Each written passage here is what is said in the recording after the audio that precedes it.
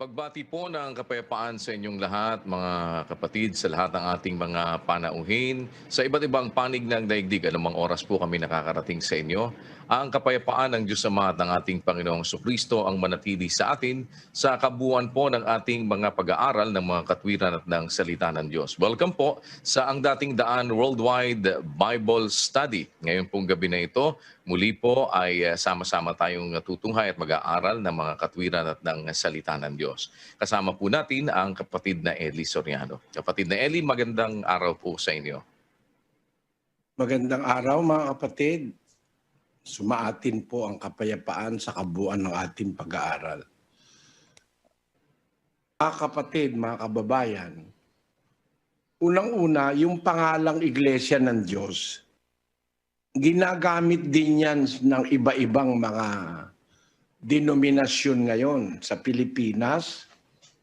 Merong humigit kumulang 20 Iglesia ng Diyos na nakarehistro sa Securities and Exchange Commission.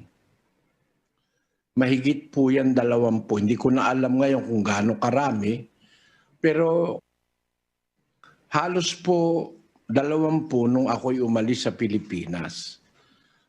Isang bagay na dapat nating maintindihan, yung sinabi ng 139:20 ng awit.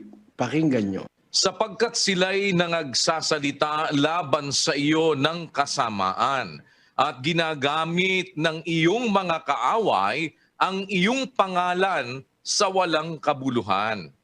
Yung palang mga kaaway ng Diyos, ginagamit din yung pangalan ng Diyos.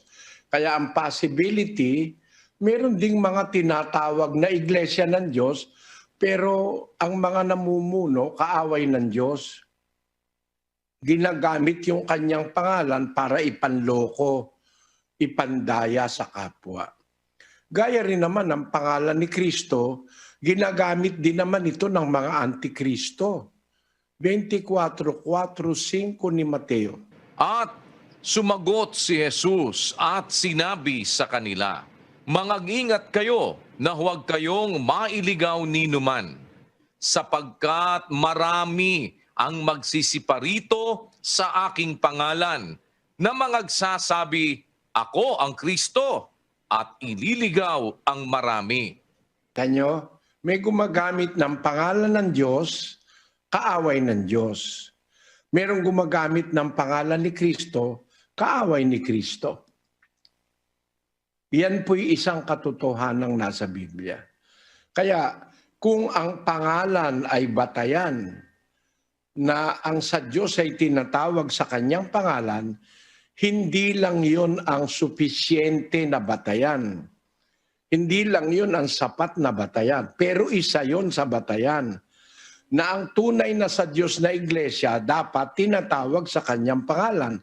Pero como mayroong gumagamit ng pangalan ng Diyos na mga kaaway ng Diyos at may gumagamit din ang pangalan ni Kristo na mga antikristo, dapat makakita pa tayo ng ibang batayan para ma-distinguish natin yung tunay na iglesia ng Diyos.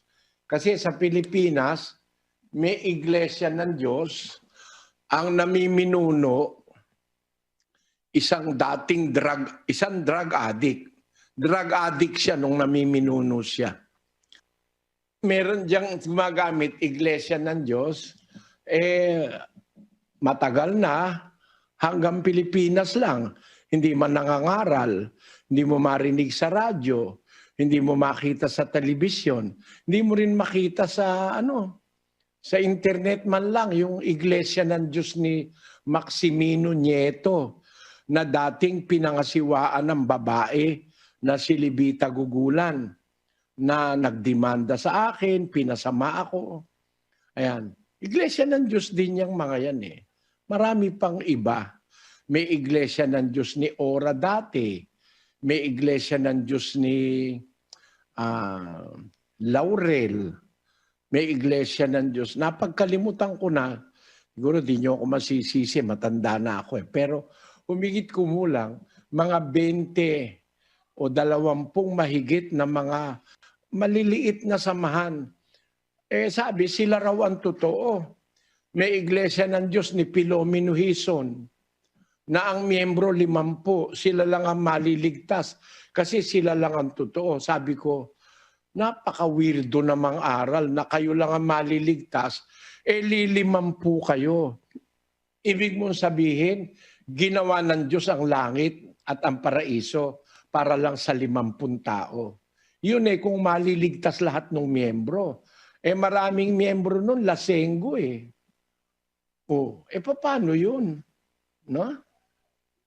50 lang miyembro, no, Sis Luz, nung iglesia ng Diyos ni Pilomeno Hison. Opo, Brad Eli, napakakaunti lang po nila. Nabawasan pa nga po. Kaya alam ni Sis Luz, yung tiyahin niya, miyembro doon. Opo. Yung tiyahin mong ayaw sumunod sa aral na ating itinuturo, di ba? Na ang babae maggayak ng mahinhin damit. Ang gusto niya, laging nakapantalo ng fit na fit, sexy. Kaya siya nandoon sa iglesia na yon, di ba, Sis Luz? Opo, Brad Eli. Ikaw kasi nagsabi sa akin nun Opo, Brad Eli. Totoo naman po yon. Ngayon, mga iglesia ng Diyos yan. May iglesia ng Diyos na 100 lang ang miyembro. Paano ngayon kayo totoo? Utos ng Diyos, ipangaral ang ebanghelyo sa mga bansa. Tapos kayo-kayo lang. Yung abulo yan ng miyembro, pinagpapasasaan lang ng pastor. Kagaya ni Maximino. No? Hindi ba nangangaral yun? Pupunta yun sa Amerika, sabi ni kapatid na Army, dati niyang ministro na napunta rito sa atin, pagpunta raw noon sa Amerika, ang gagawin ay mag-golf, mamamaril. Ewan. Pero ang lakas ng loob na, di ba yun ang sinasabi ni kapatid na Army, no, Brad Josel? Opo, Brad Eli, dahil siya po talagang alam niya yung ginagawa dito Dating ministro siya ron Di ba dating ministro siya ron? Opo, at si Brad Army dito po mismo sa Amerika nakatira, kaya hindi po maililingid sa kanya yung ginagawa ng kanilang puno. Nakakahiya. Sinasabi nga ni Brad Army po, hindi naman nangangaral, pupunta ng Amerika. Ang gagawin, mag-golf, mag-hunting, puro pasarap buhay po, Brad Eli. Pero tungkol sa pangangaral, hindi pupunta ng ibang bansa yan Kahit nga sa Pilipinas, hindi po ginagawa Sa ibang bansa pa mangaral. Magpupunta ng ibang bansa para mag-golf. Yun po, mag-hunting, mamaril. Yan. Puro kalayawan. Yan po ang inaatupag. Paano nga namang magiging totoong iglesia ng Diyos ang ganyan? Hindi po Pero iglesia ng Diyos sila. At ang paniwala nila, sila lang ang totoo. No? Opo.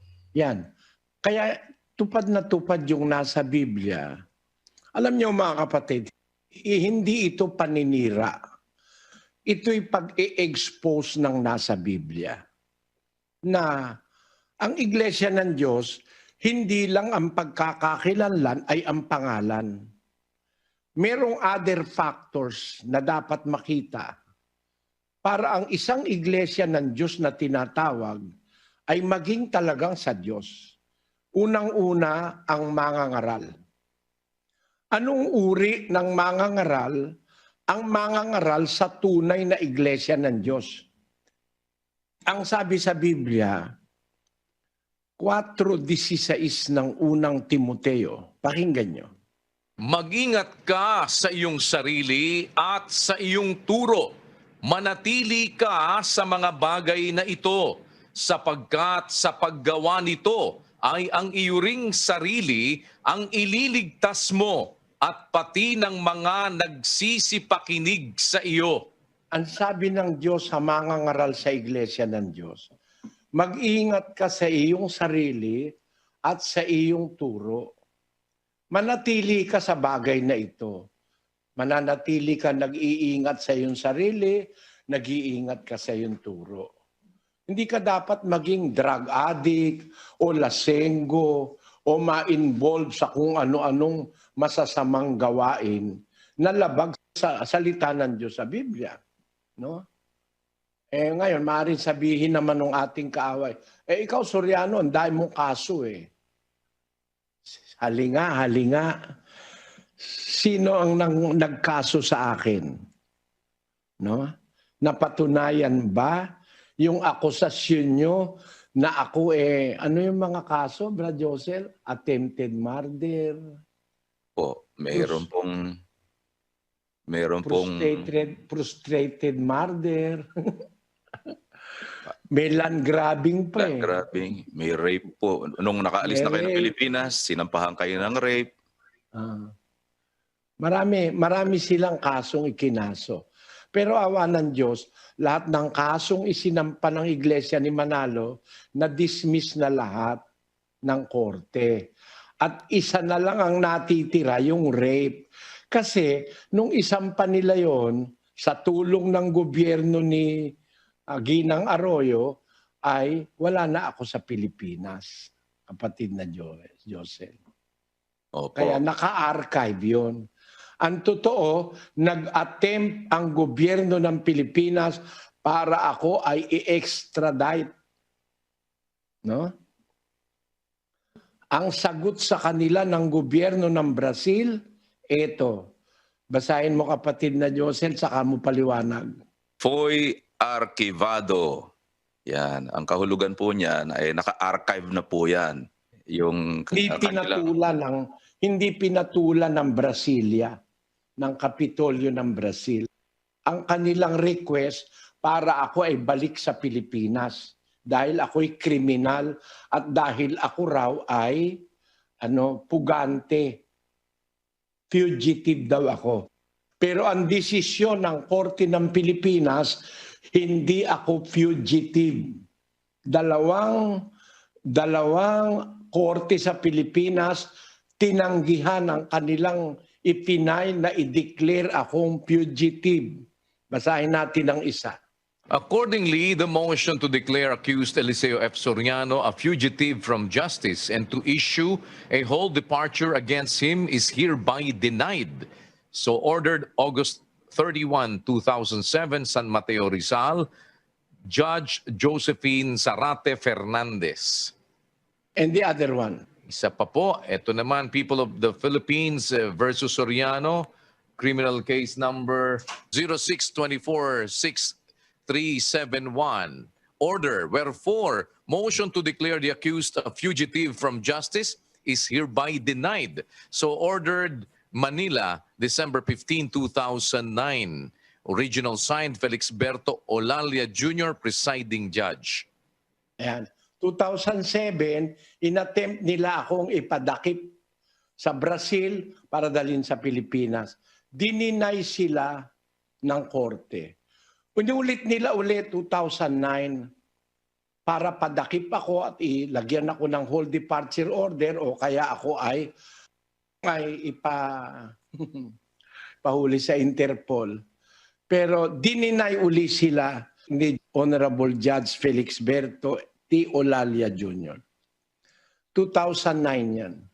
Sometime in maybe 2015, 2014, something like that, pumunta ng Brazil ang isang mataas na opisyal ng gobyerno ng Pilipinas para hingin ang aking extradition, para ipahuli ako. Hindi sila pinatulan. Kasi nga, tinanggihan ng Pilipinas na ako fugitive ako'y pugante. Kaya ang sagot sa kanila ng gobyerno ng Brazil, sabi nung abogado ko, para makuha kanila, patunayan muna nilang kriminal ka. Sabing ganon. Patunayan muna nila na ikaw ay fugitive. Ayon. Sabi sa akin ng aking abogado, ang abogado ko po kasi rito ay kilalang abogado. Sabi niya, dadaan muna sila sa akin, sabi ng abogado ko. Ayun, awa ng Panginoon, hindi naman ako masyadong nagipit kasi tinanggihan sila ng gobyerno rito. Pagkatapos niyan, sa awa ng Diyos, binigyan ako ng ID ng gobyerno ng Brazil na ang akin pong status ay indeterminado. Ang ibig sabihin, hindi na ako turista, hindi na ako permanent resident lang, Brad Josel. Opo, at unlimited po yun. It doesn't expire, Bradeli, kaya indeterminado po yung kanilang term na ginagamit. Ibig sabihin ng Brazil, pwede na akong mamatay dito. Opo. Indeterminado. Salamat naman sa Panginoon at hindi nila ako nagipit. Hanggang ngayon nakakapangaral pa rin ako. Maraming paninira sa akin sa internet. Pero lahat naman ng tao pwedeng manira eh. Pero siguro naman yung napatunayan ko sa maraming taon ng pangangaral ko, wala naman po akong sinakta na tao. Physically, hindi ako naghangad na ang kapwa ko tao mapahamak o mapasama. Ang nilalabanan ko yung aral na mali. Yun ang aking prinsipyo. At sa tulong at awa ng Diyos, napaniwalaan naman ng mga tao yung sinasabi ko. Aprikano, Amerikano, Europeo, Espanyol, Portugal, Portuges, kung saan-saang mga bansa, kumalat ang pananampalatayang ito. Para matupad naman yun sinasabi sa Biblia na kung talagang mangangaral ka, ang ipinangangaral mo totoo, dapat ipangaral mo sa mga bansa. Brad Josel? Yung maraming iglesia ng Diyos Miski mga iglesia ng Diyos sa Amerika lang may miyembro Di ba? Totoo po yan, Bradeli. Kaya nga po, hindi mo makita yung presence nila doon sa nandoon tayo. Sa iba-ibang bansa, gaya nga po ng nasabi nyo, nandoon tayo Katunayan, nandyan ang mga kapatid, may mga established na mga lokal, may mga programang naka-ere. Pero sila po, wala po kalalaking mga samahan. Sikat sila, maaring dito sa Estados Unidos nga din po. Pero sa ibang bansa, kahit anino po, hindi mo sila matagpuan, Bradeli. Proof lang na hindi po sila nangangaral. Kasi yung pera ng miyembro, hindi ginagastos sa pagpapalaganap ng salita. Tama? Tama po. Tama po yan, Bradeli. Yan. Yan ang aking masasabi sa inyo. Kaya hindi lahat ng gumagamit. Kasi diyan sa Amerika, may sikat na iglesia ng Diyos dyan Mas nauna pa sa atin yun Yung Worldwide Church of God ni Armstrong. Hindi ba, no? Brad Josel? Opo, Bradeli. At nung mag-away sila nung kanyang anak niya mismo, humiwala yung anak niya sa kanya, nagtayo naman ng iba pang Church of God. Intercontinental Church of God naman. Yung anak niya na si Garner Ted Armstrong. Ito ang pinakasikat na Church of God sa Amerika. At itong si Armstrong, nakakapaglakbay ito sa iba-ibang bansa para mangaral. Pero ultimately, nawasak ang kanyang iglesia kasi yun mismong anak niya, nag-away sila. Ang balita ko, nag-aaway sila tungkol sa pera. Hindi ko naman alam yun, pero inaalis ko sa isip ko, bakit ang mag-ama mag-aaway? Sa iisang iglesia kayo, tapos maghihiwalay kayo. Yun pa lang hindi na pwedeng totoo yung iglesia ng Diyos na yan Alam mo kung bakit, Brad Josel? Bakit po, Brad Eli? Sa 3:5 ng unang Timoteo. Ngunit kung ang sino man nga ay hindi marunong mamahala sa kanyang sariling sangbahayan, paanong makapamamahala sa iglesia ng Diyos? Ano nagko-qualify para mamahala ka sa iglesia ng Diyos na totoo, kapatid na Daniel? Dapat po marunong ka ding mamahala sa sarili mong sambahayan, kapatid na Eli. Pag sa sarili mong sambahayan, hindi ka marunong mamahala, mismong anak mo, hindi mo mapaniwala sa'yo, nagtayo ng ibang iglesia, lalabas pareho kayong dalawa. Iglesia ng Diyos nyo, peke. Tama ba analysis ko, Brad Josel? Yun po ang nasa Biblia, Brad Eli. Di sinsana di sila naghiwalay kung totoo sila. Mag-ama pa po ito. Parehong iglesia ng Diyos ang di umano'y pinapangaral po nila. Pero bakit sila maghihiwalay? Meron nga po silang pinag-awayan Yun po ang totoo doon, Brad Eli. At hindi sila makikitaan nung nasa 3:5 po ng unang Timoteo na dapat namamahala alam mo, Brad Josel, at ako nalulungkot ako para sa mga miyembro ng iglesia na yan. Kasi meron silang mga miyembro sa Cavite, nakausap ko. Brad Eli, akala ko totoong-totoo yung aming iglesia, yung sweldo nung asawa ko. Hindi lang ako nagbibigay ng tithes, hinahati ko kasi mag-asawa lang naman kami, wala kaming anak. Ang asawa ko US Navy. Hinahati ko yung kita niya, binibigay ko sa iglesia. At miyembro sila niyan Iglesia ng Diyos ni Armstrong. Tapos ang nangyari, nag-away parang tinabangan na ako. Alam mo nangyari diyan bandang huli, Brad Josel, sa Iglesia ng Diyos na yan. Kumaunti ng kumaunti hanggang naging meron na lang 20,000 ng member. Naging 20,000 na lang ang member. Tapos, ang nangyari, binago ang pangalan. Iniba ang pangalan. Eto, tiniwalag ni Bert W. Armstrong, si Ted Armstrong na anak niya. Basahin nga natin ito. Ito po, Garner Ted Armstrong, son of Herbert Armstrong, was one of the most controversial of American television evangelists.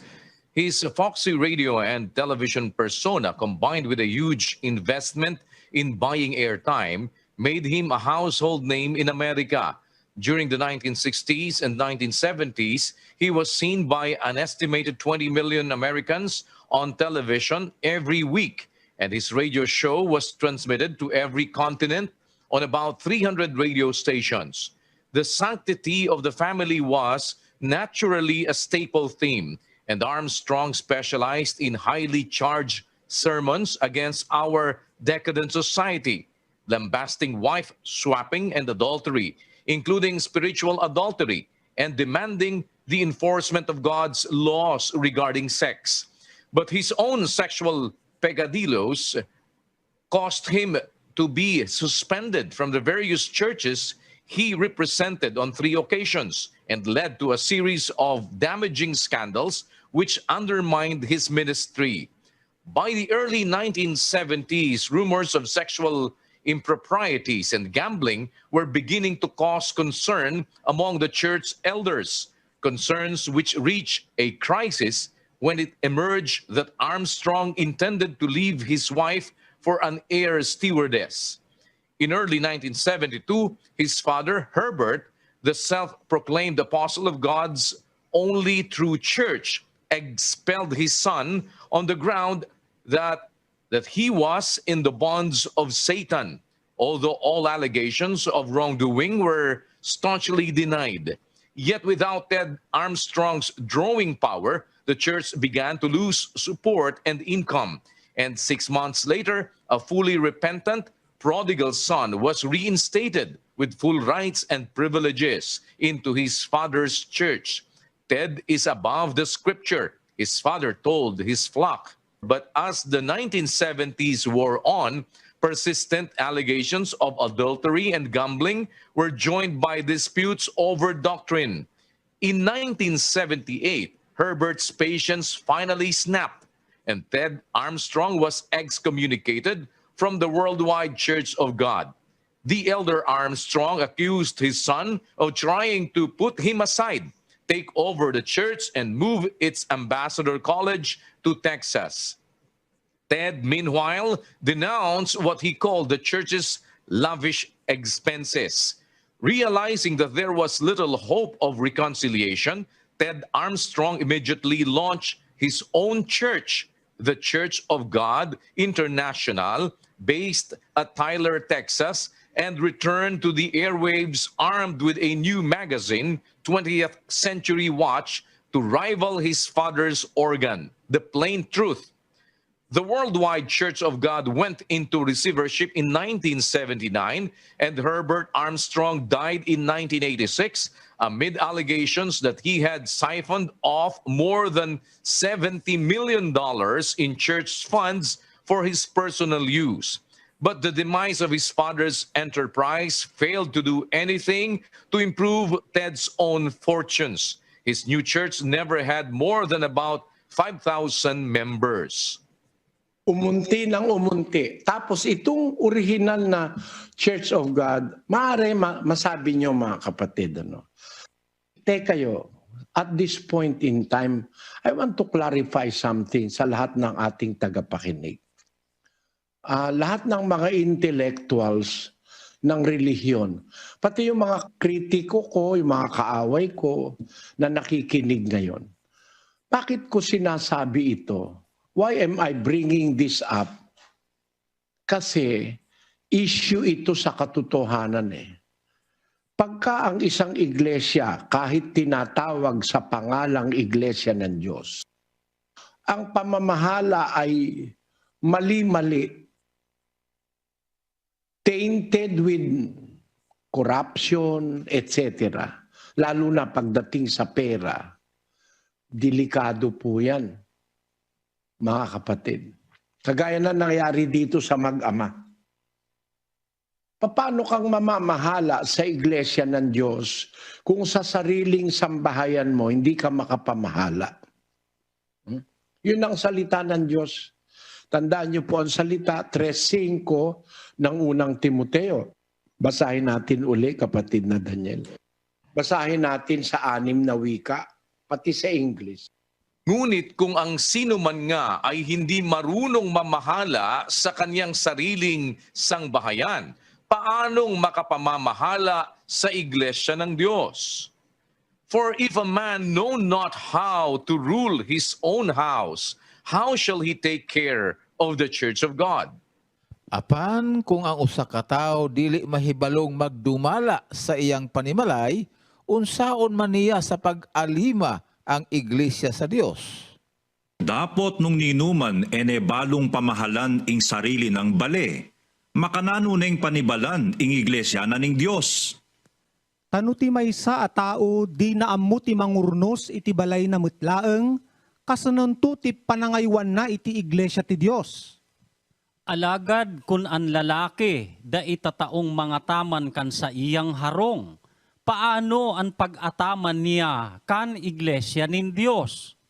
Kay kun ang tao hindi makahibalo magdumala sang iya kaugalingon nga panimalay, paano bala ang pag-atimpan niya sang iglesia sang Dios? Tasay agtuanta sumanguksoy ed abong tundili, panon su pangimatunto ed iglesia na Dios. Ang ibig sabihin mga kapatid, ang iglesia ng Diyos nakikilala sa pamamahala rin. Hindi lang sa pangalan. Paano pinamamahalaan ang iglesia?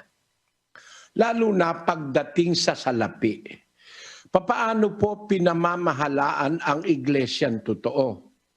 Basahin natin ang pamamahala ng mga apostol sa salapi ng iglesia. Doon sa 2 Korinto, Kapitulo 8, versikulo 20. Na iniilagan ito na sino may huwag kaming sisihin tungkol sa abuloy na ito na aming pinangangasiwaan. Ang abuloyan ng iglesia, pinangangasiwaan po ng mga leader ng iglesia. Sabi ni Pablo, iniisip namin ang bagay na kapuri-puri, iniilaga namin na sino man huwag kaming sisihin tungkol sa abuloy na ito na aming pinangangasiwaan. Tuloy natin sa 21, kapatid na Daniel. Sapagkat iniisip namin ang mga bagay na kapuri-puri, hindi lamang sa paningin ng Panginoon, kundi naman sa paningin ng mga tao. Ayon, kapuri-puring pamamahala ng salapi. Kaya po, Kailangan akong magsalita mga kapatid, para patunayan ko sa inyo, ang itinataguyod naming iglesia ng Diyos, yung nasa Biblia, lubos na nakabatay sa Biblia. Pong na gusto kong i-share sa inyo, sa iglesyang ito, ang naghahawak po ng pera, hindi ako, hindi rin si kapatid na Daniel. Para walang mag-isip ng masama sa amin. Kami kasi ang nangangasiwa Ako po ang nangangasiwa sa pangkalahatan, si kapatid na Daniel ang second na nangangasiwa. Pero tanungin niyo ang aming mga kasamahan. Ang kapatid na Daniel, wala siyang hinahawakan pera ng iglesia. Meron siyang perang hinahawakan, pera niyan sarili. Meron kasi siyang mga kinikita at meron siyang paraan para, dati alam niyo naman siya, dati naging newscaster siya ng Channel 2, naging newscaster siya ng Channel 4, naging newscaster siya ng, meron pa ibang channel tapos naging newscaster siya ng Channel 7. At noong mga panahon na yon, kumikita naman siya, nai-invest niya sa ibang mga bagay. Ngayon, nagkaroon siya ng maraming eksperyensya sa hanap buhay, kaya marunong maghanap buhay ang aking pamangkin, si kapatid na Daniel. Ako naman ganun din. Hindi naman ako umaasa ng kakainin ko sa abuloy ng maliliit at mahihirap na miyembro ng iglesia. Meron din naman po akong hanap buhay, mga kapatid. Para lang sa hindi nakakaalam kung ano ang pinagdaanan ni kapatid na Daniel, magpakita nga tayo ng ilan. Kasi mga tao ngayon, maaring hindi na nila alam yun. Pero si kapatid na Daniel po ay dating DJ, newscaster, sa DCMM, sa ABS-CBN, Ayan. Gising na ba kayo? Gising na kami! Luzon, Visayas at Mindanao. Magandang gising po. Ating ipagbunyi, lahing kayo manggi. Magandang gising Pilipinas. Batiin ang may ngiti sa inyong mga labi ang panibagong bukang liwayway. Magandang gising po. Tuloy-tuloy ang mga balita. Sa isang report, inihayag ng isang New York-based firm na nakikipagnegosasyon para sa pagpapalaya sa mga hostages. Hindi tuluyang mananahimik ang silent protest movement. Kumalpak man ang noise barrage nito. Ganitong uri ng bangka ang ginagamit ng mga taga-Artex compound para sila ay makauwi sa kanilang mga tahanan kung saan ay lagpas tao ang lubog sa tubig baha. Inaresto naman ang National Bureau of Investigation ang mga tauhan ng Naples Travel and Tours na nambibiktima wano ng mga overseas Filipino workers. Dismayado ang Ombudsman at Department of Justice sa tila dumaraming pumapabor na mabigyan ng house arrest si dating Pangulong Estrada. Magkakasunod na putukan ang naririnig ngayon sa mismong sentro ng Iraq sa Baghdad. Hindi biro ang magpalaki ng bata sa panahon ngayon. Kaya naman napakahalaga na maturuan sila agad sa murang edad pa lamang.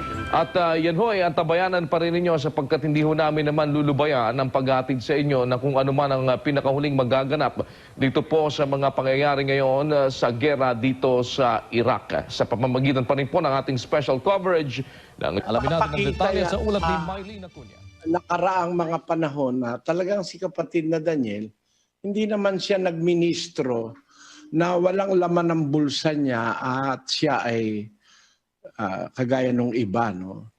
Meron naman siyang natapos at naging professor din siya ng journalism sa Centro Escolar University.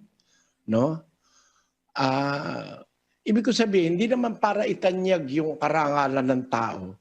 Pinapakita ko lang sa inyo na si kapatid na Daniel, kung pera ang pag-uusapan, hindi naman siya kapos na wala siyang pera para maghangad ng pera ng iglesia. Siya po ay naging katulong ko sa maraming bagay sa pamamahala. At inaamin ko pamangkin siya, anak siya ng kapatid kong bunso. At sila lahat naman mga kasama sa iglesia ng Diyos. Pero kaming dalawang nangangasiwa, hindi po kami naghahawak ng pera ng iglesia. No? Ang hawak namin, resibo. Ang isa sa may hawak ng pera ng iglesia, andyan ba si kapatid na Resty, kapatid na Josel? Andiyan dyan po, Brad Resty. Opo, kapatid na Eli, Brad Joseph. Totoo po lahat nung sinasabi ng kapatid na Eli tungkol po sa pananalapi. Hindi po silang mahawak ng pera ng iglesia, hindi po. Resibo lang po ang nakakarating sa kanila. At yung pong tuloy po ng iglesia, kung mayroon man, napakaliit po. Hindi po nakakarating sa kanila ng ano yon. Nag-aabono po sila. Naghahanap buhay po ang kapatid ni Eli para po madugtungan yung kulang ng abuluyan. Nag-aabono po ang kapatid ni Daniel sa pamamagitan po ng kanyang kita sa hanap buhay. Hindi lang po siya broadcaster, negosyante rin siya. Ang gusto ko, kapatid na Resty, ay sabihin mo na ikaw, ang asawa mo, ang nagbibilang, nagkukwenta ng pera. Di ba, kapatid na Resty? Ano? Opo, totoo po yung kapatid ni Eli. Ako po at ang aking asawa ang... Sino ka naman? Kamag-anak ba kita? Hindi po. Kita-kita naman po sa itsura at sa kulay. Hindi po. Hindi po kamag-anak ng kapatid ni Eli. Ako po ay dating empleyado po ng Tollways. Ako po ay dating miyembro po ng JIL. Naanip po ako 1989. Ang asawa ko naman po ay dati pong Katoliko. Siya po ay naanip 1990. Hindi po kami kamag-anak ng kapatid ni Eli ng Kuya Daniel. Hindi po. Ang kapatid na Resty, hindi ko siya kamag-anak, si kapatid na Resty. Dati nga siyang miyembro ng JIL eh. At siya po ay auditor ng Tollways. Doon yung expressway. Ayun. Kaya kung siya nakakaalam dun sa mga audit-audit, ay naging tagahawak siya, tagakwenta ng pera ng iglesia. Alam niya kung saan nanggaling, kung saan napunta. May resibo lahat, ano, kapatid na Resty. Opo, kapatid ni Eli, totoo po yun. Maingat po ang kapatid ni Eli tungkol sa pananalapi. Napakalinis po dalisay ng pangasiwa sa pananalapi. Lahat po may resibo. Lahat yun. Ngayon, ang wala resibo po, yung iniaabono po nila. Yun po, wala yun. Pero may resibo ang lahat ng gastos ng iglesia. Isa pa sa may hawak ng pera ay si kapatid na Glenn Labong. Hindi ko rin kamag-anak yun, kapatid na Josel, kapatid na Resty, no? Opo, kapatid ni Eli. Meron akong kamag-anak may hawak ng pera, pero yung negosyo ko, no? Hindi pera ng iglesia. Yung negosyo ko na tubig, may tubig po kasi akong negosyo, may negosyo akong RTW. Di ba, Brad Josel, ano? Opo, nandyan po lahat yan, Brad Eli, dahil mula pa po sa umpisa, ganyan na po kayo eh. Hindi po kayo kailanman umasa sa iglesia para sa inyo pong pangangailangan. Yung mga kinikita nyo, diretso po bayad sa mga pinagbabayaran nating broadcast. Gusto ko nga pong banggitin, Brad Eli, na hindi nga po talaga dumadaan sa inyo yung pagtutulong-tulong. Bakit sinasabi po ni Brad Resty na resibo na lang ang nakikita nila? Kasi ganito po eh, pagka nagtulong-tulong po ang mga kapatid, naipon yan, diretso na po sa mga pinagbabayaran, sa satellite, sa mga TV networks, sa buong mundo, sa mga servers, sa internet propagation natin. Napakarami po niyan. Hindi na po nakikita nila Brad Elian at ni Brad Daniel. Libang yung resibo na lang po. Ulat na lang. Pagkatapos nakita nila kulang. Ayan. Yun yung sinasabi ngayon ni Brad Resty na hahanap sila ng mga pampuno. Kasi naghahanap buhay po sila. Lahat ng kanilang ginawa din ng mga paghahanap buhay, kinita nila. Eh diyan po idinudugtong din mga kababayan. Kaya in terms ng pananalapi, hindi naman lahat ng kinita namin. Kundi bahagi ng aming kinikita na kung minsan na itutulong, ano? Kagaya halimbawa, mayroong 1 taon na kumita kami ng malaki ni kapatid na Daniel, 2 kami. Hindi ko nga nakita yung kita namin eh. Hindi ko nakita. Siya, hindi niya rin nakita. Pumasok sa bangko, pagpasok sa bangko, papasok yung cheque, Kasi may resibo lahat yan, may cheque yan, may kumpletong account yan sa Bangko de Oro, sa Bangko Pilipino nung araw, sa Bangko Metrobank. Meron yan, record. Hanggang ngayon, buhay yung mga record na yun. Nasa filing cabinet lahat yun eh. Ang ginastos ng iglesia, kung gaano karami, at kung gaano naman karami yung pumasok na abulo yan. Nakikita naman yan, taon-taon eh. Iniuulat natin yan no, kapatid na Josel. Opo, Pero- Brother Eli. Pero bakit kami may utang? Ba't ako nagkakautang? Kumikita naman ako. Kasi kaya ako nagkakautang, malaki ang kulang. Di ba, kapatid na Josel? Totoo po yun. Kaya nga po, hindi naman po mahirap isipin at saka tanggapin kasi may paper trail po, Brad Eli. May bank statements, may resibo, may balanse po yan lahat. Kaya obvious po yun. Yung pumasok, mas kaunti sa Saka lumabas. hindi naman po pwedeng sabihin mga imbento. Kasi naririnig mo sa telebisyon ang programang Ang Dating Daan. Naririnig mo sa Brazil. Naririnig mo sa Argentina. Naririnig mo sa Latin America. Naririnig mo ang programa sa Africa. Naririnig mo sa kung saan po pwedeng maglagay. Pag narinig mo, hindi biro yun. Pera yun. Dollar pa nga yun Brad Josel Di ba? Opo. Dollars na po katumbas ng Brad Eli. Kailangan yon ay patunayan pa na magdududa ka pa para makinig ka lang, alam mo na yung oras na yon bayad yun.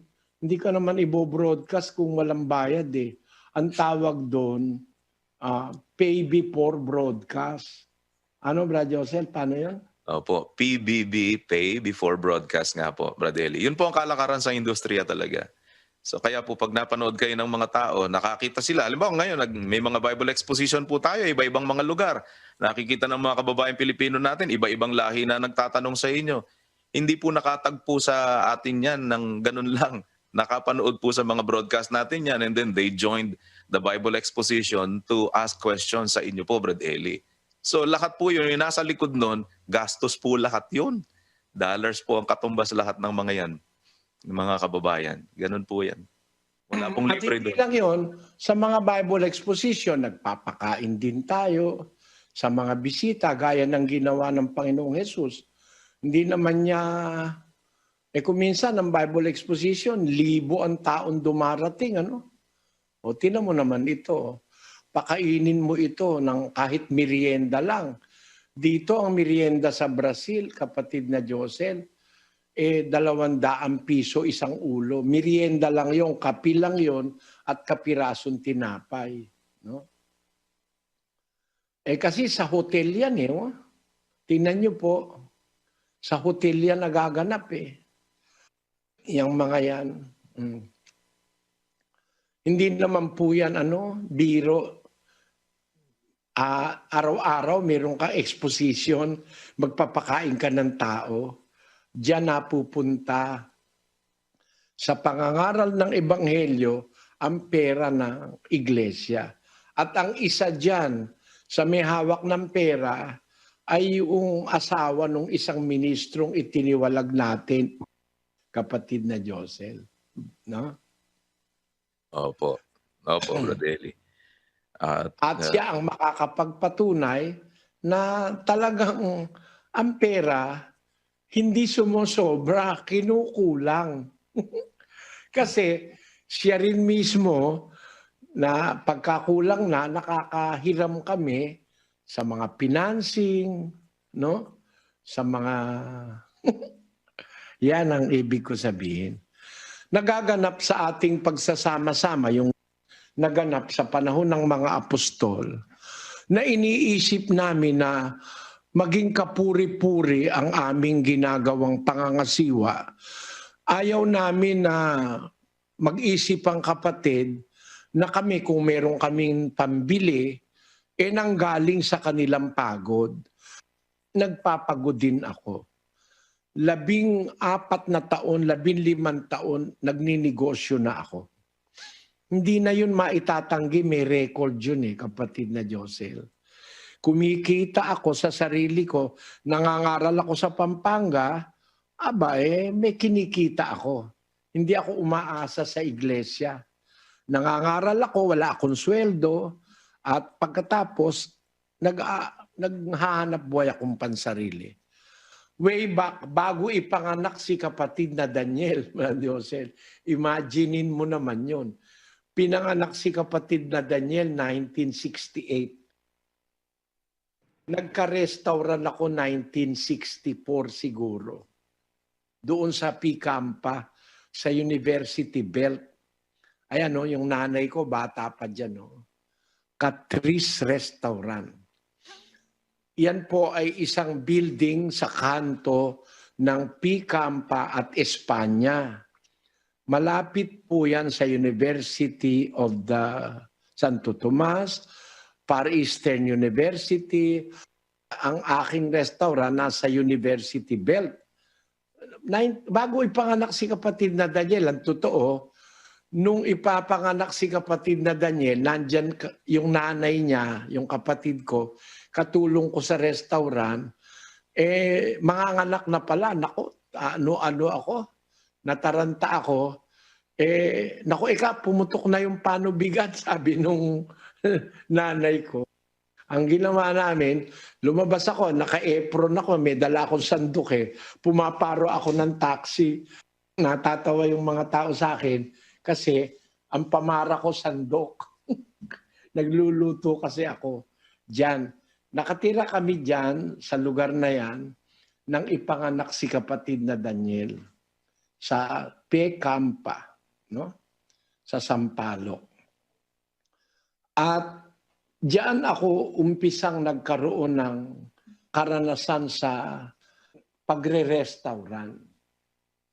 Yan, kasaysayang may ebidensya Mura pa sandwich noon, Brad Josel.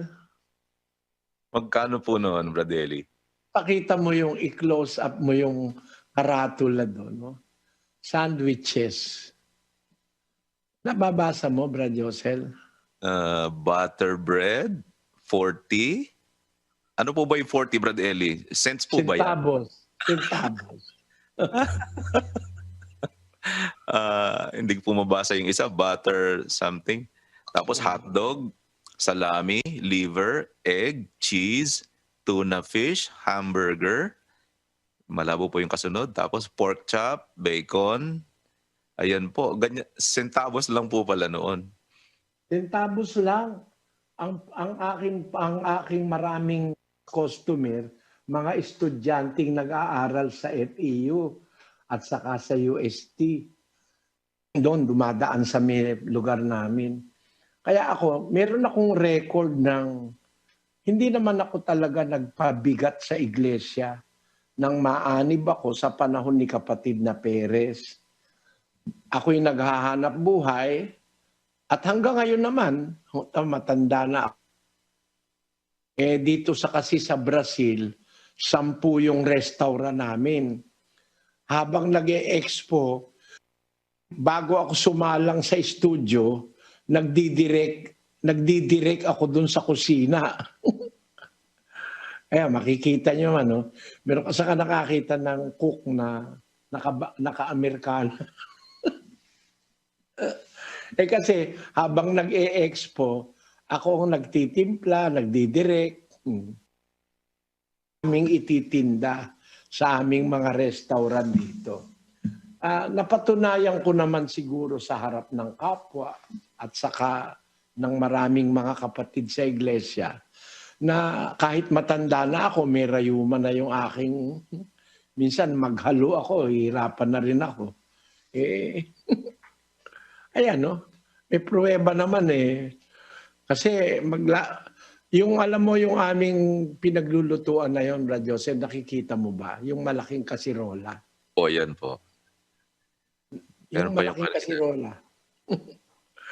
Yung malaking kasirola, Yan. kasya doon ang 20 kilo ng baka o ng karne. Kahit may sabaw yun. Kasya yung 20 kilo. sa yung bili ko diyan sa ano na yan, yung malaking ano na yan. Pag ikinumbert mo sa peso, 50,000 pesos eh. Kasirola lang. Ganon kamahal dito sa Brazil. Kasirolang stainless. Ang ibig kong sabihin, tama na yan. Ang ibig kong sabihin, mga kapatid, hanggang ngayon, naghahanap buhay naman ako. Awa ng Diyos, kumikita ako. Meron naman ako ritong, parang tindahan ng mga hamburger, sandwich. Yun talaga negosyo ko mula pa ng una eh. Kaya meron akong mga paraan para kumita, awa ng Diyos. Kumikita naman at meron din akong kita sa halaman, Brad Josel. Paano po naman sa halaman, Bradeli? Aba, di magtatanim ka ng halaman, lalagay mo sa paso. Mabibili yun. EFS Flower Shop. Alam mo ba yun, Brad Joseph? Lahat po. Lahat po, ginanyan nyo na, Bradeli, na pagkakakitaan, pinagpapaguran ninyo mismo. At saka, meron din kami ritong negosyo na nag-aalaga kami ng mga baboy. Yung baboy na pinaalagaan namin, kinakatay namin, yun ang binebenta namin sa restaurant. Organic pa. Alam mo bakit organic, Brad Josel? Bakit po? Kasi ang pagkain nila, yung mga natitirang pagkain sa restaurant, naku, dae. Mga tira-tira ng mga tao, mga pinagbalatan ng mga pinagbalatan ng mga gulay, mga Ayan. Tapos yung baboy namin, pagkakain ng mga kaning baboy na natira sa restaurant, papawalan ko dun sa mga damuhan. Kain sila ng damo. Kaya hindi sila kumakain ng feeds. Organic yung aming baboy. Ayan kitang-kita mo naman mga baboy. Ayan Yan. Papawala namin dun sa malaking damuhan. Ubusan damo. Ayan ang baboy. Yan. Mga paraan para kumita, makatipid. Yan ang aming ginagawa. Hindi kami umaasa lang sa abuluyan ng miyembro para makakain. Sapat naman yung aming kinikita sa awa ng Diyos para kumain yung aking sambahayan, mga apo ko. Makakakain sila na hindi naman namin ninakaw. Meron kaming plaisdaan. Ayun. Meron kaming mga alagang pato, baka, baboy, lahat ng pwedeng alagaan, manok. Meron kaming itlog na organic, ayan magkakasama pati mga itik sa isang malaking kulungan na nakakawala. Hindi yung puro feeds ang kinakain. Meron pa nga diyang gansa at saka may wild ducks pa kami. Ano gusto mo, Brad Josel? Kaldiretang bibe o kaldiretang gansa. Hindi naman kami kailangan magwalang hiya para kumain. Naituro ko sa aking mga kasama sa buhay, mga kapatid, na hindi kami aasa sa pinagpaguran ng mga kapatid na mahihirap. Bakit ko po sinasabi lahat ang bagay na ito? Kasi kailangan patunayan ang iglesyang sa Diyos, hindi lang sa pangalan, pati sa gawain ng mga nangangasiwa. Kaya pinakita ko sa inyo ang klase ng mga nangangasiwa sa ibang iglesia ng Diyos, hindi para magyabang o kundi para magtanyag ng sarili, kundi ipakita sa inyo, gaya ng ipinakita ni Pablo sa 20:35 ng gawa ng mga apostol. Pakinggan nyo. Nagbigay halimbawa ako sa inyo sa lahat ng mga bagay na sa ganitong pagpapagal ay dapat kayong magsisaklolo sa mahihina at alalahanin ang mga salita ng Panginoong Hesus na siya rin ang may sabi, lalo pang mapalad ang magbigay kaysa tumanggap. Sabi ni Pablo, nagbigay halimbawa ako sa inyo sa lahat ng bagay. Na sa ganitong pagpapagal, nagpapagal si Pablo, nagpapakapagod siya para makasaklolo sa nangangailangan o sa mahihina. Na ang kanyang inspirasyon ay ang sinabi ng Panginoong Hesus na lalong mapalad ang nagbibigay kaysa sa tumatanggap. Kaya si Pablo, hindi lang tanggap ng tanggap, no?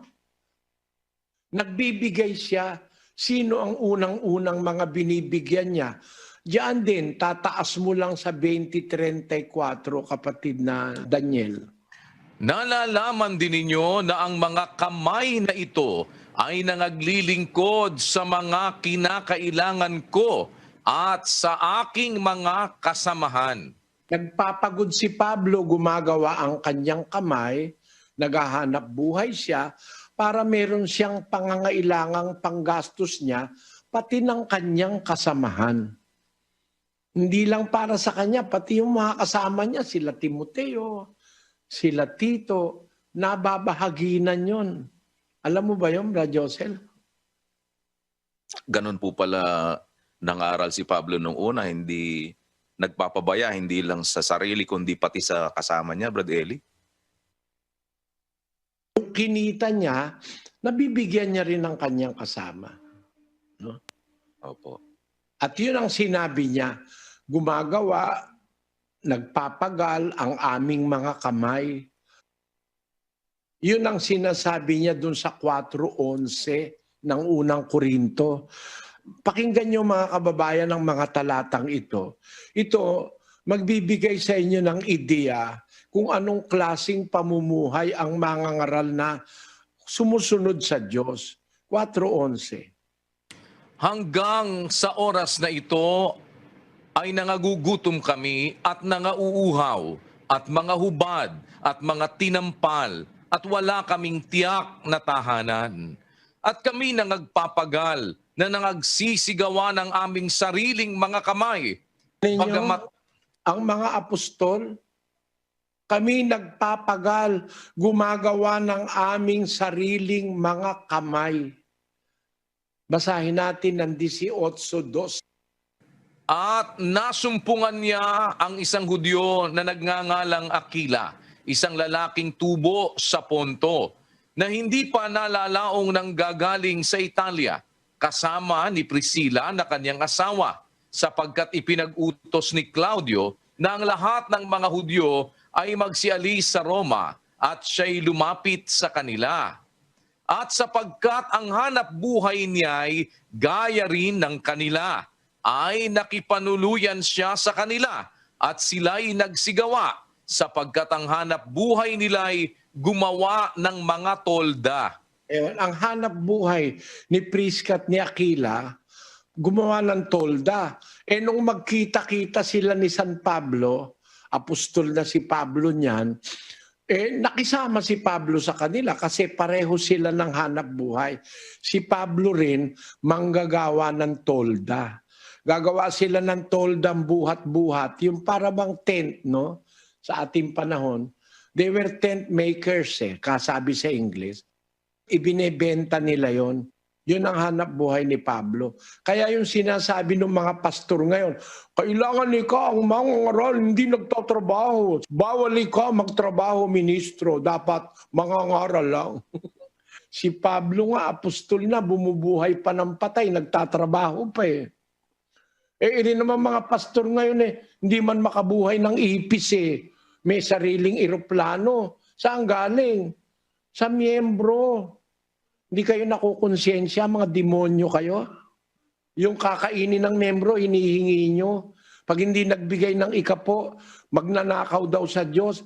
Kayo unang-unang magnanakaw eh. Yung kakainin na nung miyembro, ninakaw nyo pa. Tinakot nyo. Pag hindi binigay ikapo, hindi maliligtas, nagbigay yung miyembro. Tapos yung pinagpaguran ng miyembro, inagaw sa kakainin, bibili mo lang ng yate, bibili mo lang ng eroplano, bibili mo ng helicopter. Ang titigas ng pagmumukha nitong mga pastor na ito. Ang mga apostol, mga ngaral na nangangasiwa ng iglesia ng Diyos ng una, nagsisigawa. Gumagawa kami sa aming sariling mga kamay. Yun ang sabi ni Pablo. Naghahanap buhay. Kaya po ako, yun ang natutunan ko eh. Mula nung mag-aral ako ng pagkaministro, natuto akong maghanap buhay. Ayoko kasing umasa. Doon sa nakikita ko, may mga kapatid mahihirap. Nag-aabuloy sila. Sa Pampanga ko nakita yan eh. Doon ako unang nangaral sa Pampanga eh. Nakita ko mga kabataan doon, walang makain eh. Ang gagawin ko, magtitinda kami, nalilibre ko sila sa pagkain, katulong ko sila. Marami akong saksi dyan. At sa loob ng 11 taon na nangaral ako sa Pampanga, hindi ako nagpabigat sa kahit kaninong Kapampangan. No? Tinulungan nila ako ng kusa nila, naghahanap buhay kami, kumikita kami. Kaya meron silang kita. Meron akong kita. Yung kinikita ko naman, ginagastos ko pang bayad ng sasakyan. Gabi-gabi umaarkila kami ng minibus, magpupulong kami, magpipreaching kami sa iba-ibang lugar. Ayun, 11 taong singkad yun. Yun ang naging kasaysayan na doon ako natuto na wag umasa sa pagod ng iba. Sabi kasi ng Diyos, sa pawis ng iyong mukha, manggagaling ang iyong kakainin. Hanggang sa ikaw ay mauwi sa alabok. Sapagkat diyan ka kinuha, ikaw ay alabok, at sa alabok ka uuwi. Sabi ng Diyos kay Adan. Kaya hanggang matanda na ako mga kapatid, gusto ko yung kakainin ko. Hindi pwedeng sabihin inagaw ko sa kapatid na mahirap yung kakainin ng kanilang mga anak. Kakain din kasi ang aking mga anak. Pinagpaguran ko ang aking kinakain. Yun din ang itinuro ko kay kapatid na Daniel. Magpagod, gumawa ng paraan para kumita. Kaya meron din siyang negosyo ngayon na pinagkakakitaan.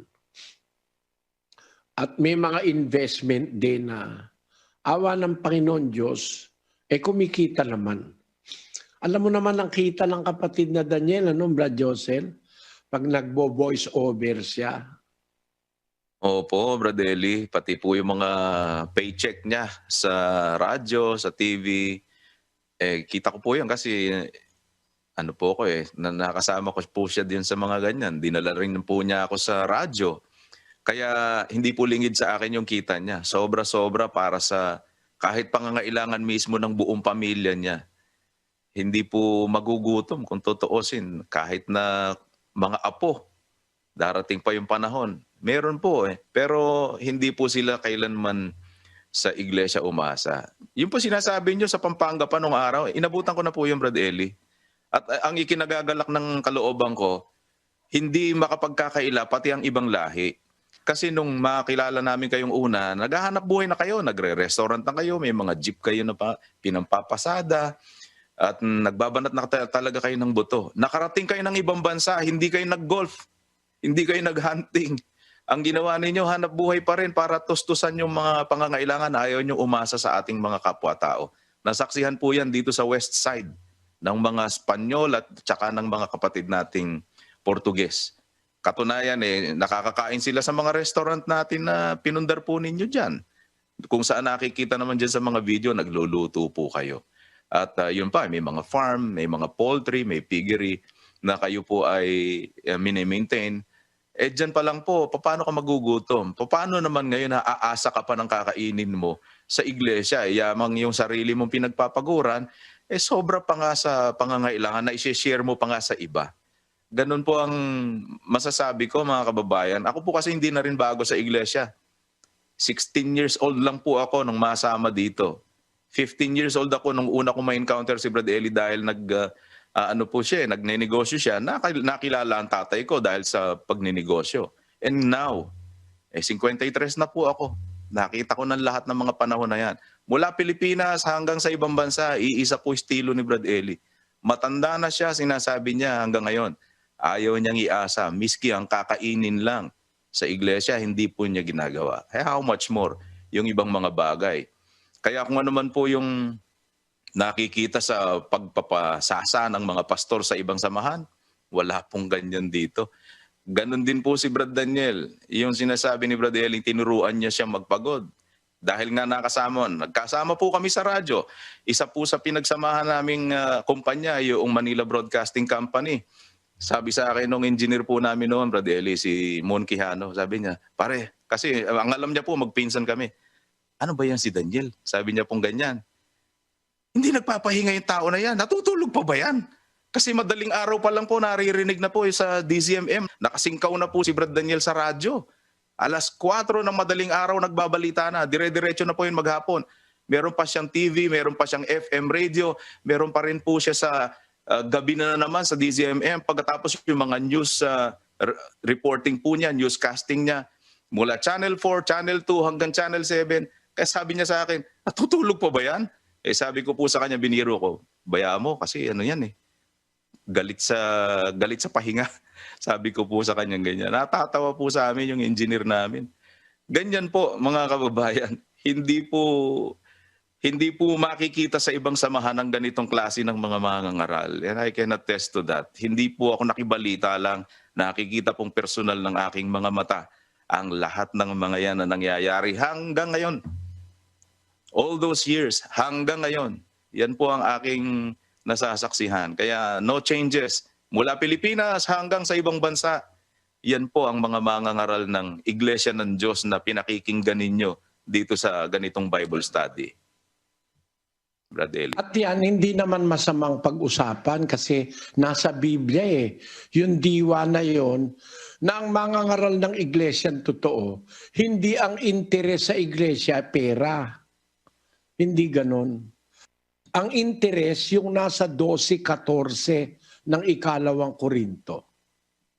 Narito, ito ang ikatlo na ako'y handang pumarian sa inyo, at ako'y hindi magiging pasanin ninyo, sapagkat hindi ko hinahanap ang inyo, kundi kayo, sapagkat hindi nararapat ipagtipon ng mga anak ang mga magulang, kundi ng mga magulang ang mga anak. Ang natural kasi, kapatid na Diyos, ang magulang ang nagtitipon para sa anak. Tama ba yun? Opo, Brad Eli. Hindi ang anak ang magtitipon para sa magulang. Tama ba yun? Tama po. Ang sabi ni Pablo, ikatlo ko ng punta ito sa inyo, hindi ako magiging pasanin ninyo, sapagkat hindi ko hinahanap ang inyo, kundi kayo. Ang hinahanap ng ministro, hindi yung pera ng miyembro, hindi yung kanila, kundi sila. Hindi ko hinahanap ang inyo, kundi kayo. Basahin nga natin sa English yon, kapatid na Daniel. Behold, the third time I am ready to come to you, and I will not be burdensome to you, for I seek not yours, but you. For I the children. seek not yours, but you. I seek not yours, your wealth, your money, your goods. I seek not yours, but you. Yun din ang sinabi niya doon sa 20 ng Gawa. Sabi niya ay hindi ko inimbot ang pilak ninuman o ang ginto o ang pananamit ninuman. Nalalaman ninyo ang mga kamay na ito ay naglingkod sa kinakailangan ko at sa aking mga kasamahan. Nagtatrabaho siya talaga. Kaya I seek not yours, but you. For the children ought not to lay up for their parents, but the parents for the children. Tinan nyo, i-apply nyo ngayon to sa mga iglesia. Kung tatama yung mga iglesia na yan. Ang dapat, magulang ang nag-iipon para sa anak. Aba, sa ibang iglesia, ang nag-iipon yung mga miyembro, yung mga anak. Ipon ng ipon, pinapayaman yung pastor. Sa iglesyang totoo, nag-iipon yung pastor para sa anak. No? Tingnan ninyo ha. Mga kapatid, kung meron man akong binabayarang malalaki, hindi naman para sa akin eh. No? Gusto ko yung aking mga kasama magkaroon din ng maayos na matitirahan. Hindi lang ang bahay ko ang aking iniisip eh. Pati yung mga kasama ko magkabahay din. Kaya kailangan akong kumita. Hindi ba ganon? Hindi lang kasama ko, hindi lang ministro, pati miyembro, iniisip namin ni kapatid na Daniel na magkabahay. Kaya nagtayo kami ng mga ampunan, libre yan ha, hindi kagaya ng ibang iglesia, magtatayo ng housing project, pero pinapabayaran sa miyembro, pinagkakitaan pa nga eh. Sa atin, meron tayong housing project. Ang unang usapan namin ni kapatid na Daniel, libre ang mga kapatid na mahihirap. No? Di ba alam mo naman yan, lahat ng bagay na yan, no, Brad Josel? Opo, Brad Eli, wala pong ganyan mga proyekto sa ibang iglesia. Dito sa atin, ayan, kagaya nga po ng orphanage na yan, home for the aged natin. Meron din po tayong transient home. Lahat po, charitable works yan. At ngayon may pinaproject pa nga po kayo, gusto nyong mapabahayan yung mga kapatid na talagang mahihirap at deserving naman talaga. Yan po, wala pong ganyan sa ibang samahan. Hindi po ginagawa ito. Hindi sumasagi sa isip ng mga pastor yan. Ang nasa isip po lang nila, pera ng makukuha nila. Baligtad dun sa sinasabi nga po ni Pablo na tinukoy ninyo, magulang ang dapat nag-iipon para sa anak.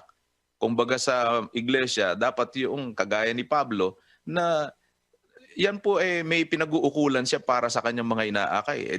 Sa mga nakikita natin, baliktad. Tatanungin kita, Brad Josel. Nagkaroon tayo ng ating compound sa Pampanga na doble ng Vaticano. Di ba? Opo. Mas malaki sa Vatican City yan eh.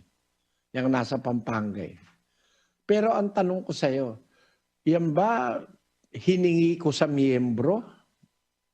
Nako, hindi po. Alam ko po yung nangyari dyan. Kung paano nag-umpisa yan kay Apong Pedro, nag-alok sa inyo nung kayo'y nagre-restaurant.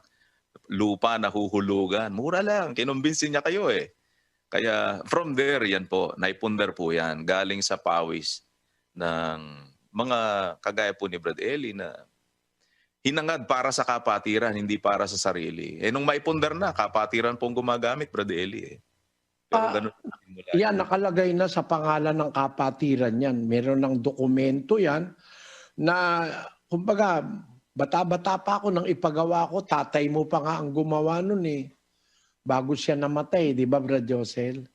Opo. Siya ang gumawa nung aking, sinasabi ko, lahat ng nasa pangalan ko na, kasi, kaya naman nasa pangalan ko na ipinang-aatake sa akin ng Iglesia ni Manalo, dinala pa hanggang Channel 7, nasa pangalan ni Kani Soriano yan eh. Natural, akin yan eh. Kinuha ko yan, hulugan eh. Siyempre nasa pangalan ko. Para hatulan nyo ako na, para bang nanunwapang ako. Nasa pangalan ko, ako nga may-ari talaga niyan eh. Pero, kahit nasa pangalan ko, kasi hindi ko pa naman tapos hulugan, nasa pangalan ko, nasa bangko. Ako naman ang papautangin siyempre ng bangko kasi nasa pangalan ko. Sinanla ko sa Metrobank ang isang property. Para makabili ako ng isang panibagong idugtong ko doon sa property. Kaya lumaki yung compound dyan sa Apalit. Diba? Ba't natin ito pinag-uusapan? Para ipakita ko lang sa inyo na ako nagtitipon para sa aking mga kasamahan, hindi ako ang ipinagtitipon. Ayan, natatag na. Meron ng compound, may transient home, may ampunan, may orphanage, may eskwelang libre lahat. Nandiyan na, nakatatag na. Hanggang Caloocan, may eskwelang nakatayo. O ngayon, para kanino? Nasa pangalan na ng iglesia. Meron ng tamang kasulatang nakalagay. Basahin mo nga yung pinirmahan ng tatay mong namayapa, Brad Josel. Ikaw na bumasa. Opo. Aware din po ako dito sa kasulatang ito. Dapat malaman ng lahat na ako, si Eliseo F. Soriano, may sapat na gulang, binata at kasalukuyang naninirahan sa San Vicente Apalit, Pampanga, ay nagpapahayag ng mga sumusunod. Number 1, ako ang tagapamahalang pangkalahatan ng mga kaanib sa Iglesia ng Diyos kay Kristo Jesus, haligi at saligan ng katotohanan sa bansang Pilipinas. Number 2, na ako ay may nabiling ilang sukat ng lupa na nakapangalan sa akin sapagkat ito ay akin at galing sa aking sariling pagsisikap. 3, na may mga lupa pang kasalukuyan ay aking hinuhulugan na ang mga conditional deed of sale at absolute deed of sale ay sa akin din nakapangalan. Number 4, na ang lahat ng mga nasabing mga lupain at pag-aari ay aking ibinibigay sa mga kaanib sa Iglesia ng Diyos kay Kristo Jesus, haligit-saligan ng katotohanan, kapag ang lahat ng ito ay mabayaran na ng buo o wala ng anumang pagkakautang. Number 5, na kung sakaling anuman ang mangyari sa akin ay di maaring kunin ng aking mga kamag-anak ang mga nasabing pag-aari, kundi ito ay magiging pag-aari ng lahat ng kapatiran kasama na sila. 6, akin lang ipinakikiusap sa pamunuan ng kapatiran na bigyan ng lugar na matiwasay ang aking mga anak at mga apo sa mga pag-aaring ito at kupkupin sila alang-alang sa akin. Bilang katunayan nito, ay lumagda ako sa ibaba ng kasulatang ito ngayong ika-31 ng Disyembre taong 1996. Yan po, signed Brother Eli Soriano po at saka ang mga saksi, yung kapatid na Arcadio Malyari, tatay ko po yan. At patay na po yan, hindi na po mababago ang kasulatan na ito. Pinirmahan niya po yan nung siya po'y nabubuhay, Brother Eli. Ang isa pa dyan saksi, patay na rin. Si kapatid na Renato Di Malanta, no? Kapatid na Josel. Opo. Ang isang saksi diyan, si kapatid na Danilo Navales, buhay pa siya. Saka si kapatid na Eduardo Erese, buhay pa rin, awa ng Diyos. Pero yan, opisyal na yan na nagdi-declare. Binigay ko na nga sa abogado yan eh. Hawak na ng mga abogado natin at inihanda nila ang mga dokumento. At sa katunayan, yung mga yan talagang nakapangalan na yan sa samahan.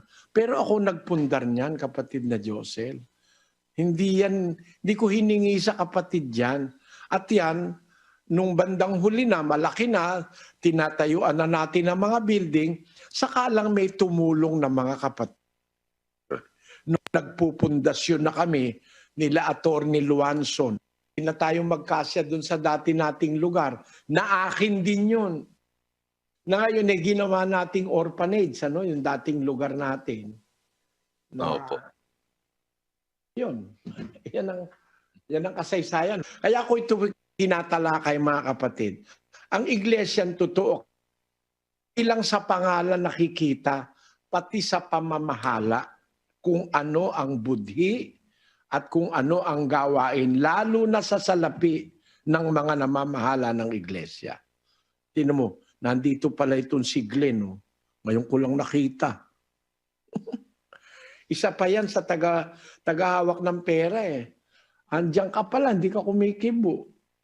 Opo. Si kapatid na Glenn Labong, dating Katoliko yan, siya rin ang isa sa may hawak ng pera. Daang milyon ang dumalabas na perang dumadaan sa kamay niya. Kasi pati yung kita natin sa ating, ano tawag doon? Meron tayong kapirasong, kapatid na Glenn? Yung mga kita po natin sa ilan pang mga hanap buhay at businesses po, yun, nasasaksihan ko po yun. At majority naman po nun, salamat po sa Diyos, nasaksihan ko rin po na napupunta ang malaking bahagi po sa pangangaral po ng salita ng Diyos. At yun po ang nagbibigay ng motivation Ikaw kasi ang tagabayad di ba? Taga-deposito. Opo. Dumadaan sa iyo sa bangko. Yung mga sinasabi kong mga negosyo na yon, kasama na rin yung call center, kumikita buwan-buwan, dollar ang kinikita noon. Binabayad naman sa programa na dollar din ang bayad, no? Yun, buwan-buwan yun, awa ng Diyos, kumikita.